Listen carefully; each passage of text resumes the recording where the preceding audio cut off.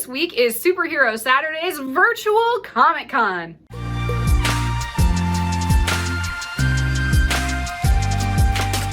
Hello, super friends, and welcome back to another episode of Superhero Saturday, where we talk about the arts of superheroes, storytelling, and so much more. My name is Annie, and this week, I rocked it! Now, if you're like me and you've been living in the United States, you know that for the past about 8 months now, we've been living that quarantine life. And we've had some ups and downs, which I think if you've seen some of my previous videos over the last year or so, I've experienced it too. But this week, I think I may have finally figured it out.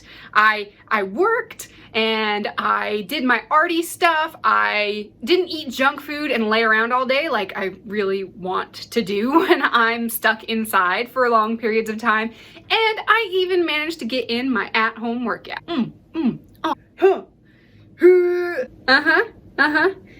It's still sore.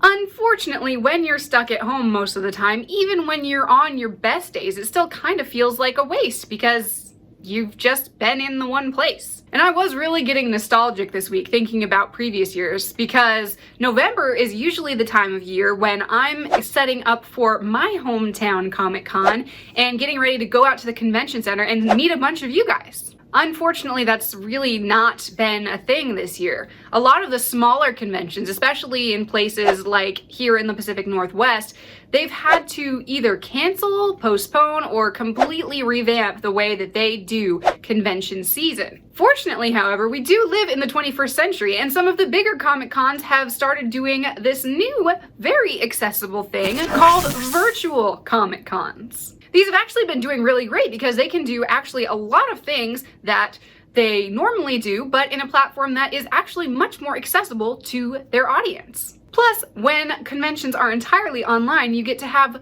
a lot of the fun of a normal convention experience without a lot of the not so great things. For example, having to travel way out of your way to go to a convention with good content. Come on, come on. I've got to get to the convention center before I pee my pants. Staying in a sketchy hotel room. I'm just gonna pretend this hotel isn't creepy because then I have more money to spend on merch. Spending too much money on things that you don't really need. $10 for a bottle of water? That's okay. I'll just die of dehydration. Crazy cosplayers. I spent 3 years and $15,000 handcrafting this costume all by myself. My costume is so massive that you can't even get down the same aisle as me without risking your head getting knocked off. I'm an over-sexualized version of one of your favorite childhood characters, slowly destroying any last vestiges you had of innocence. Don't take a picture though, because that'll cost you $50. Wearing crazy cosplay. I worked all week and did a really good job on this costume of an obscure character that I love, but now nobody recognizes me. I worked really hard to make this costume out of the supplies that I had available to me, but now there are 10 other people here with costumes that are way better than mine. This costume looks great and I'm dressed up from head to toe, but it's 100 degrees in here now and I can't even go to the bathroom by myself. And unfortunately, the smell. I don't know what it is about Comic-Con, but it just is not good on the olfactory senses. Seriously, sometimes I think it would be really cool if someone like Axe Body Spray were to sponsor a Comic-Con, because then at least the overpowering smell of Maximum Chrome Katana Blade would overpower the BO. See, virtual is not such a bad idea. Unfortunately, a lot of these conventions, like the actual events, only take place on a few days in a given weekend. So you have to either get in there and get into the content that weekend only, or you missed it. It's just a matter of exclusivity. Everyone in the fan business knows that things that are only available for a short time tends to go faster and are more collectible. But even if you miss it, you can still curate your own content and make kind of a mini virtual convention for yourself. For example, you can follow or participate in cosplay competitions on platforms like Instagram. You can find and purchase unique and original fan merchandise by going to sites like Etsy or Redbubble. You can learn fun new things or try out a new art form by going to platforms like Skillshare. And like pretty much everywhere on the internet, you can find new art and new content creators and follow their progress by liking and subscribing their pages. Like this one. Some of my absolute favorite things about Comic Cons, however, are the ones where you really get to get into the nitty-gritty of the art form. For example, I love attending the panels where you get to talk to creators about the art of storytelling. Obviously. Hearing the latest sneak peeks and upcoming previews of whatever new content is coming out next year.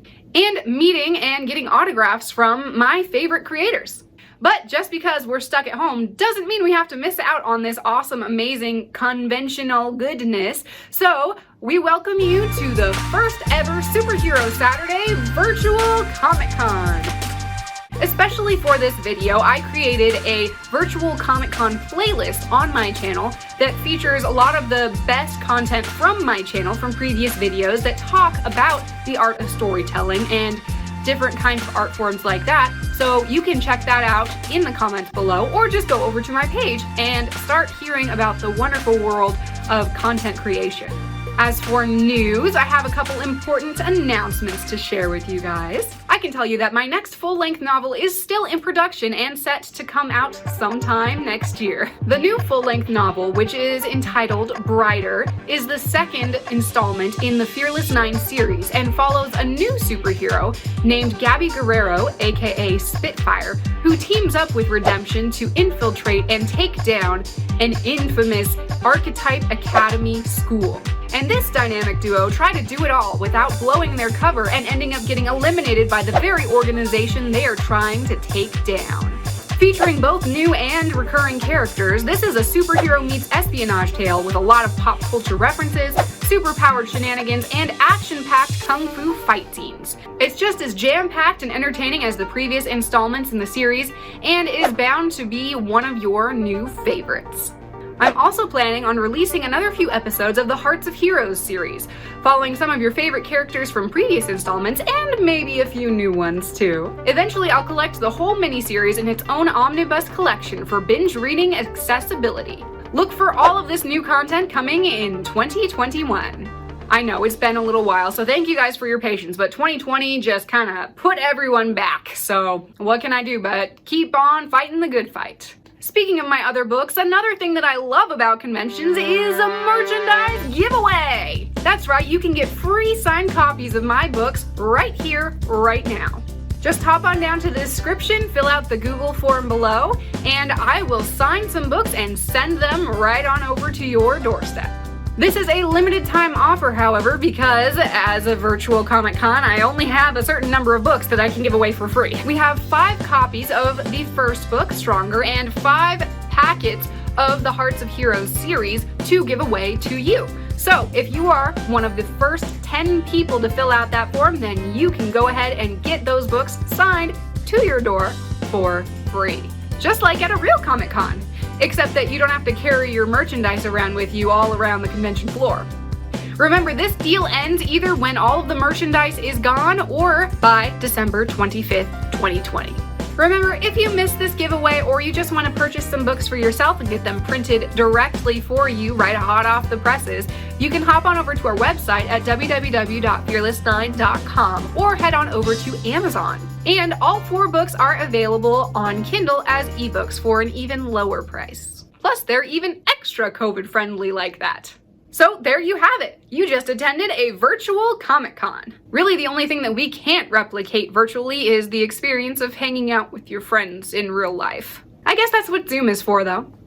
I've actually only been attending Comic Cons for the past couple of years, so I'm still kind of a noob when it comes to this type of thing. Is there anything that I missed that people really enjoy at Comic Cons? Or are there any ways that I could do this virtual Comic Con better? Go ahead and put those in the comments below and let me know so that next time we do one of these, it can be even more awesome. I do have to stop and say, though, that I am actually really impressed by the versatility of this community. In the face of this pandemic, it didn't take them long to work their magic and get us back on the virtual convention floor again, and in a manner that we hardly have ever seen before, and would frankly have been probably nearly impossible even 10 years ago. Humans are so endlessly creative, and we've really outdone ourselves in trying to bring each other together again to celebrate our favorite art forms. I'm so proud of us, and I'm so proud of you for making it all the way to the end of this video. Thank you so much for watching, Super Friends. If you enjoyed this video, go ahead and give us a big thumbs up, and if you want to see more superhero-related content every single Saturday, go ahead and hit the subscribe button. If you want to join our team and support us directly, you can go to our page at patreon.com. And like I said, if you want to see more superhero content from me, your favorite superhero, obviously, you can go to our website at www.fearless9.com. Thank you so much for watching, Super Friends, and we'll see you next week.